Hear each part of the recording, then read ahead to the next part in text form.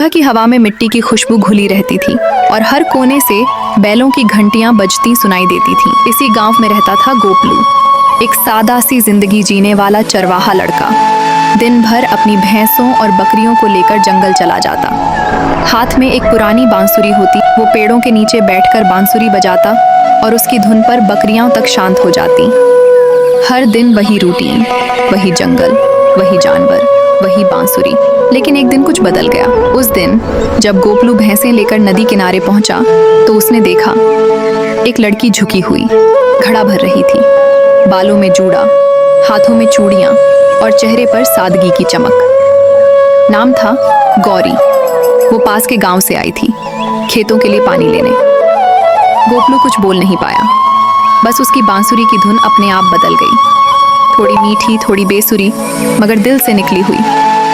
गौरी ने मुस्कुराकर कहा, तुम्हारी बांसुरी बहुत प्यारी है, कौन सिखाया? धीरे धीरे दोनों की बातें बढ़ने लगीं। हर दिन गौरी वहीं नदी किनारे आती और गोपलू वहीं जानवर चराता। कभी गौरी उसे गुड़ की रेवड़ी देती तो कभी गोपलू फूलों की माला बना देता।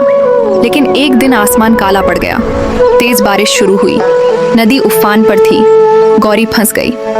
गोपलू ने दौड़कर उसे अपनी झोपड़ी में पनाह दी।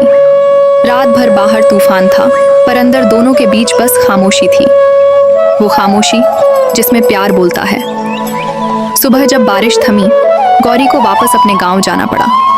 जाते जाते उसने कहा, गोपलू, अगर कभी बांसुरी की धुन सुनूंगी तो समझूंगी तुम याद कर रहे हो। गोपलू ने कुछ नहीं कहा, बस बांसुरी को होंठों से लगाया और वही धुन बजा दी।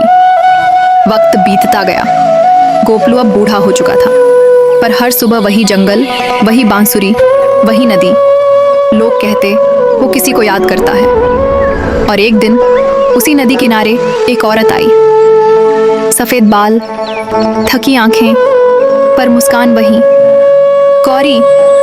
गोपलू ने बांसुरी रोक दी। दोनों की आंखें मिली और वक्त जैसे थम गया। गौरी ने कहा, देखा, मैंने कहा था ना, तेरी बांसुरी की धुन मुझे लौटा लाएगी। दोनों मुस्कुराए। आंखों में आंसू थे, पर दिलों में सुकून का